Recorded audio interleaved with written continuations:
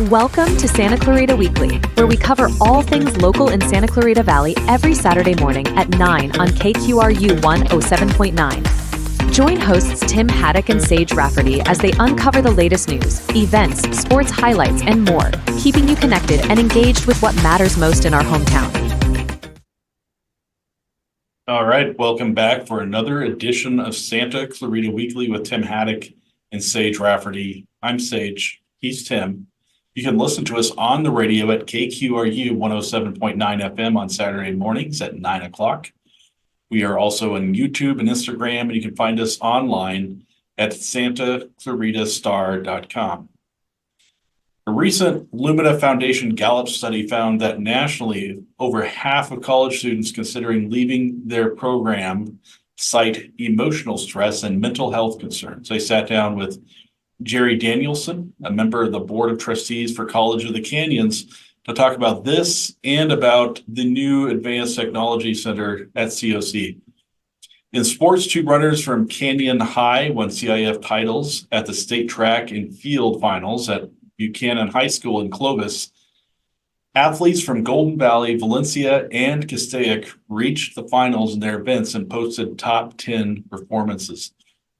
The Dodgers are struggling to hit and are racking up losses at an alarming rate. And we head to Rams practice at Cal Lutheran University in Thousand Oaks to talk to Saugus High graduate Tanner Brown, who is trying to make the team as a kicker. So a recent national study by the Lumina Foundation and Gallup found a troubling trend. A significant portion of college students, both 2-year and 4-year programs, 35% have considered leaving their programs in the past 6 months. The leading reason students cite for considering departure is their well-being, with emotional stress at 54% and mental health concerns at 43% being the top factors. This is especially concerning for students pursuing bachelor's degrees, where 2/3 considering leaving report emotional stress as a factor. Interestingly, women students are disproportionately affected by these issues. While colleges are reporting increasing resources for mental health, the study suggests more needs to be done. We'll be discussing this further with Mr. Jerry Danielson today. Jerry is a member of the Board of Trustees for the College of the Canyons in Santa Clarita, but Jerry is also a celebrated composer and musician. He owns a recording studio based here in Santa Clarita, Busy Signal Studios. He has written and produced a wide variety of music, including film scores such as That Little Monster, Masquerade, Abe's Questions, and many more. And Jerry has been a student at COC. He's a graduate from COC and has been out in a big part of this valley for many, many years. Jerry, thank you for joining us today. Thank you for having me. So I want to ask you about the survey from the Lumina Foundation and Gallup concerning the mental health of college students nationwide. And then I have some questions about trade school at COC. Okay. Well, those are troubling statistics. And I think emotional stress can be lumped into mental health, because how can you you're not mentally healthy if you're stressed out all the time. I think that's a growing trend in our society in general, with our political climate and the economic climate. And that trickles down onto our students and potential students. So the stress level is higher now than it was years ago. And of course, we are just freshly still out of COVID and the pandemic, where the college enrollment flatlined. It went down a lot, and then just winging it. I wasn't on the board yet, but I was well aware of what was happening. Winging it with suddenly Zoom becomes popular, and it existed before that, but now it's the norm. It still is the norm now. And declining enrollment exists in all levels of schools right now. There are schools like elementary schools closing because of declining enrollment. It's not just college. There are less people having kids or people moving away. And so that is part of it. Just the sheer number of people having children is coming up through the school system. However, the college is trying to stay on top of that the best we possibly can. And we did just expand our counseling center, so people can. There are walk-ins, there are appointments that can be made, there are online resources.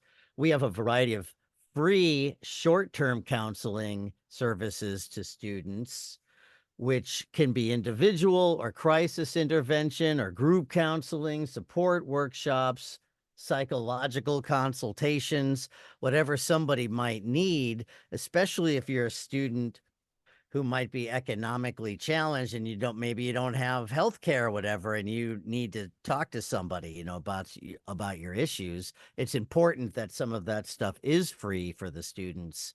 So, and I know if someone is going through something, maybe they're too shy to talk about it, but we welcome anybody who is on campus to come and talk to us. And again, we have expanded our counseling services and a larger building, and it's my hope we'll hire even more counselors to deal with that. But we are definitely approaching new ways to try to attract more students and deal with all their issues. Yeah. So given this sort of national trend of declining enrollment, and I know you talked about schools closing here, even locally, I think Santa Clarita Elementary, right, and SUSD is closing, and Hart School District is having some issues where they're laying off teachers. Yes. But how can College of the Canyons leverage its resources to not only retain current students, but also attract new students who are increasingly concerned about their overall well-being in a college environment? Well, again, we have discussions about that all the time. For one thing is having the presence on and awareness on the high school campuses, so people who are graduating high school locally are well aware of all the great opportunities that College of the Canyons has. And as if you want to go on to get a bachelor's or a master's degree, going to our local community college is certainly way more affordable. And economic stressors are really huge right now. We have inflation, and there's a lot of question marks on the future, so economic convenience is much better. So having the awareness on the high school campuses is great, but also just having our community well aware of all the new programs we have, as well as you were talking about jobs. We're trying to stay on top of what are the jobs of the future. So some folks think, why should I go to college? I won't be able to get a job anyway. And that's not always the case. There are vocational kinds of classes on campus, in addition to transfer students, people who want to transfer to another university. So we're out there all the time trying to get the word out, and things like this show we're on right now helps, because the more we can get out to the community, the better. Yeah, and like you're talking about the anxiety about the future. I know many young people are grappling with anxiety due to issues about job placement, whether or not they're going to be paid well. And I like you said, COC has programs for that.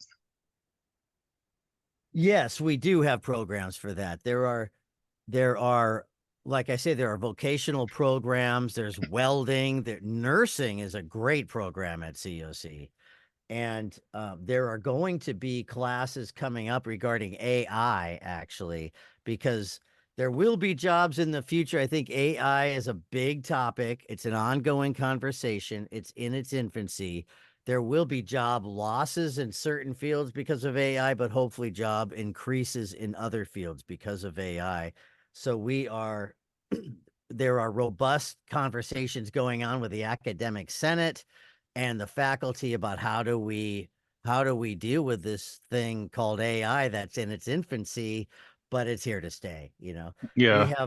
We also have, I know a lot of people know about this, but we have our Advanced Technology Center, which is in an interim location now, but we'll be opening up to a much bigger facility. And again, manufacturing is predicted to grow exponentially in our country and in this area as time goes on. That's a growth area for jobs that Oh yeah. Well, most people think this is, and I've been telling people this for a long time. They think this is a little sleepy community, no jobs here, but this is actually, Santa Clarita is a manufacturing hub now. There's a lot of manufacturing here.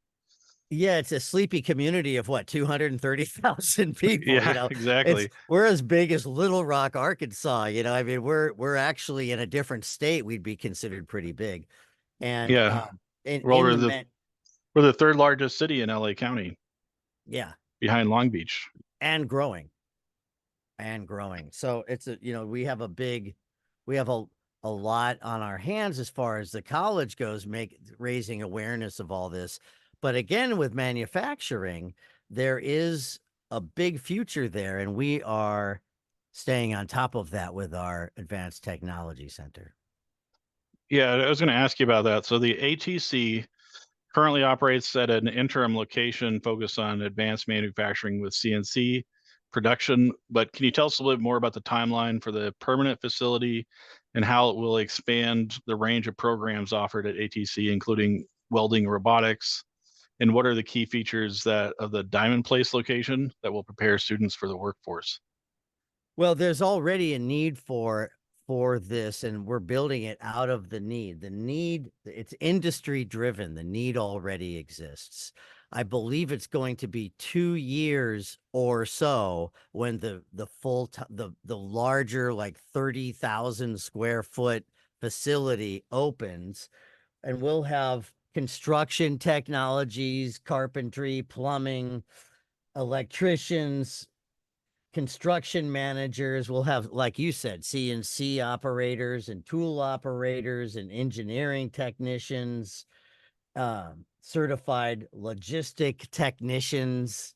We're going to have welding, fabrication, steel workers, pipe workers, robotic welders, and sheet metal technicians, all that kind of stuff.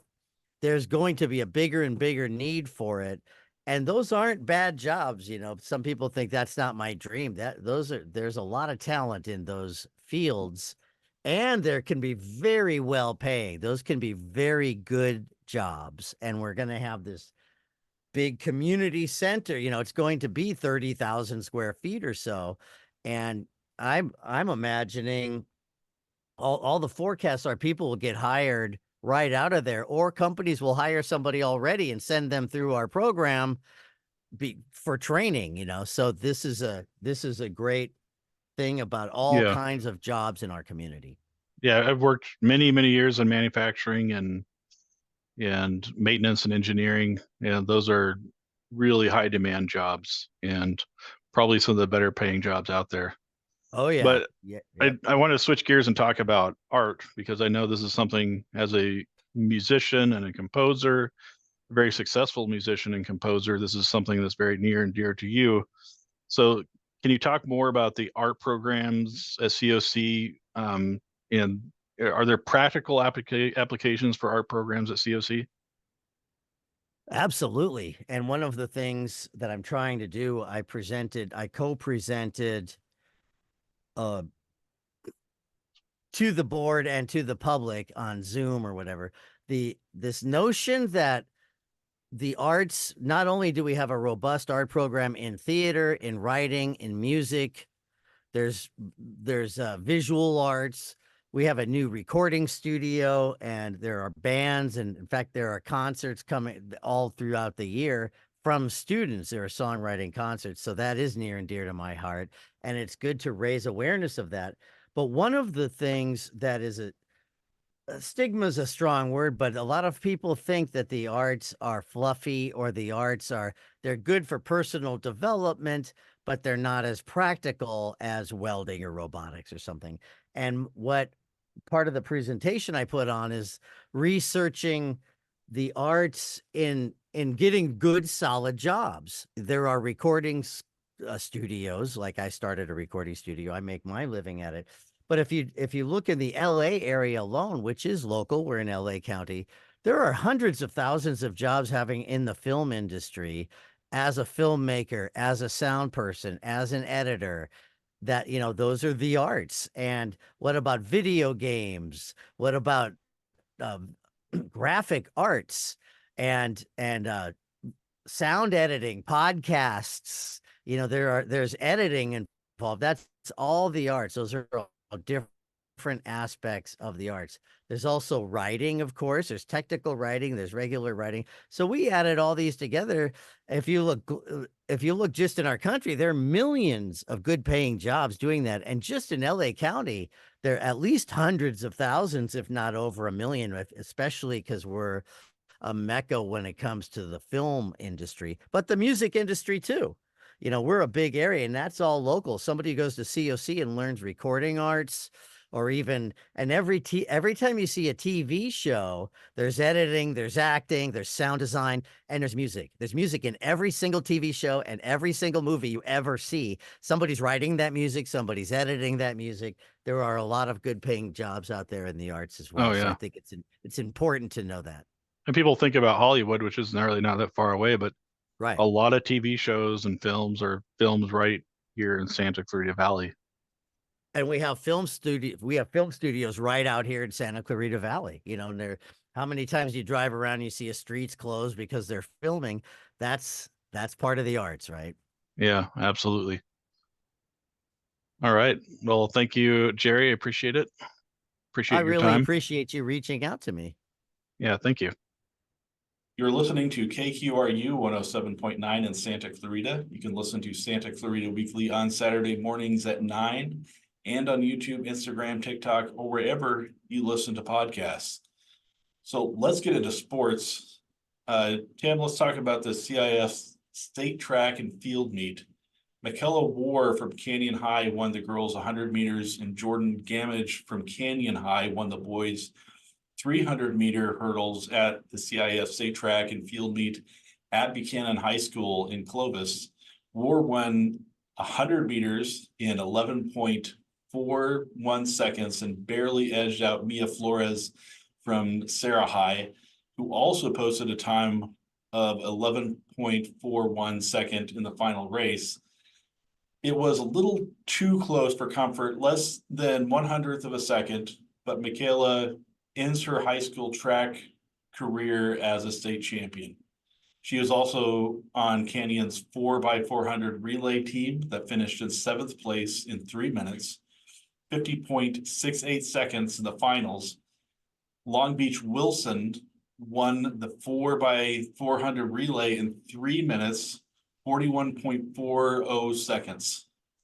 Jordan won the 300-meter hurdles state title with a 37.35 seconds. He competed in 3 events at the CIF state meet, but did not qualify for the finals in the 110-meter hurdles. He was also on the boys 4x400-meter relay team that finished in 7th place in 3 minutes, 20.02 seconds in the state finals. Long Beach Wilson won by the 4x400 meters relay in 3 minutes, 12.454 seconds. And Megan Humphreys from Castaic High competed in 2 events. She was 4th in the long jump at 19 feet, 1.5 inches. Lauren Webster from Long Beach Wilson won the long jump in 20 feet, 5.25 inches. And Megan was 6th in the triple jump at 38 feet, 10.25 inches. Alyssa Alumbris from Vista Murrieta won the triple jump in 40 feet, 11 inches. Ruben Delgado from Golden Valley was 7th in the 110-meter hurdles in 14.25 seconds. Miles McFarland from Consumnes Oaks in San Jose won the 110-meter hurdles in 13.69 seconds. Brian Bonner from Valencia High was 8th in the 100 meters in 10.61 seconds.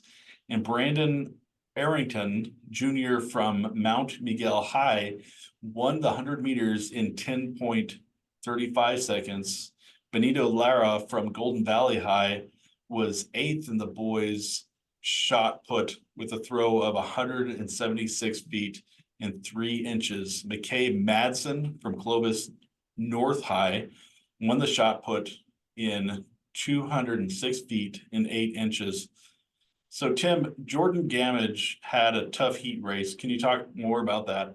Right. So Jordan qualified in the state meet in 3 events. He was on the relay team, and he was also qualified for the 110-meter hurdles and the 300-meter hurdles.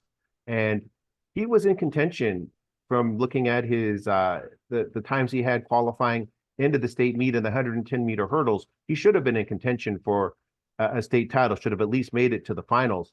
And for whatever reason, he had a really bad heat race, a really bad qualifying race into the finals.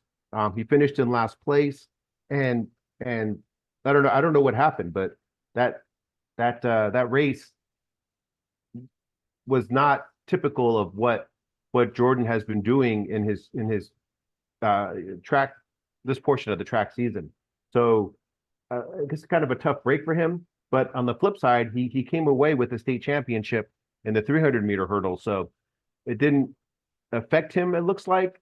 It didn't affect his confidence for the other races, but still just kind of a rough way to end his CIF or end his track and field career with not being able to get into the finals for the 110-meter hurdles. And Tim, you were invited to go to the practice of the Los Angeles Rams. You met Tanner Brown, who played football at Saugus High and College of the Canyons, and is practicing with the Los Angeles Rams this spring and trying to make the team as a kicker. This is his second stint with the Rams. He was invited to training camp and practiced with the team last spring, but was cut before the season started. Tanner finished his college career at Oklahoma State. He started his college career at College of the Canyons and transferred to UNLV before going to Oklahoma State. Tim, can you tell us more about your conversation with Tanner and what it was like at practice? Right. So Tanner joined the Rams as a free agent after his final college season in 2023. At Saugus High, he played soccer and football. He didn't start playing football until his sophomore year. So he joined the team in his second year in high school, and he played the next 3 years before graduating in 2018. And so we got to talk about his professional journey now. His college career is over, and he had a very successful career as a kicker in college, but now he's trying to join the NFL, trying to join a team in the NFL, and the Rams have invited him back to camp. I guess they liked what they saw out of him last year, but they didn't have a space for him, so they brought him back. They're going to see if he can find a place for him to fit. All right, so Tim, let's listen to your interview with Tanner Brown. Yeah, tell me about growing up in Santa Clarita, playing for Saugus High School, and what was your high school career like? So I grew up in Santa Clarita, played at Saugus High School. I started kicking in 10th grade, and then after high school I went to College of the Canyons right there in Santa Clarita as well, and then had 2 good seasons at College of the Canyons, and after that I transferred to UNLV. Played the 2020 season there, and then after that I transferred to Oklahoma State, and that's where I finished out. And last year I was here with the Rams. I was there in the off season, and then I got cut, and then I signed back in January, and I'm here now. So yeah, tell me about your experience back with the Rams. How has OTAs and being back with the team felt like? It's good. I'm happy to be back in the facility. It's good. I got a different mindset now. I feel like I don't know the right word for it, but I'm definitely ready this time. Okay, good to hear. There are some new rules for kickers in the NFL this year. Can you tell me about what you think of the new kickoff rules and how do you like them? It's definitely interesting. I didn't watch the past few years of the XFL and see how it worked out, but we're learning now, and it's a learning curve for all of us, so we'll see how it plays out this year. Okay. And I guess my final question is, what has the transition been like from college to the NFL? What things have you learned, and what things have you gotten better at? I think I've definitely been more professional, but difference, it's definitely more of a job field than it is in college. College is more like college, everyone's out there having fun, doing whatever. This is more professional. Everyone gets good work in, but we do have fun with it. But So the Dodgers are suddenly struggling to hit and score runs and lost 5 games in a row. Their 5th loss came against the Reds in Cincinnati, 4-1. The Dodgers were swept by the Reds, blowing a 5-3 lead in the first game and scoring only 2 runs in the next 2 games. After 55 games, the Dodgers are 33-22 and have a 5-game lead in the National League West standings over the San Diego Padres and suddenly surging San Francisco Giants. So the Giants have won 8 of their past 10 games, but ended the week with a loss to the Mets in New York. Still, it's not all bad news for the Dodgers. Shohei Ohtani is leading the National League with a 336 batting average. So Mookie Betts is second with 335 batting average. However, Ohtani has been nursing a tender hamstring, unfortunately. But Teoscar Hernandez is continuing to be a valuable addition to the team. His 12 home runs are the 3rd most in the National League, and he is tied for 5th in the league with 38 RBIs after 55 games. And Hart High graduate and Dodgers starter Tyler Glasnow is among the National League leaders in strikeouts and wins. He leads the league in strikeouts with 87 and is tied for 5th in wins with 6.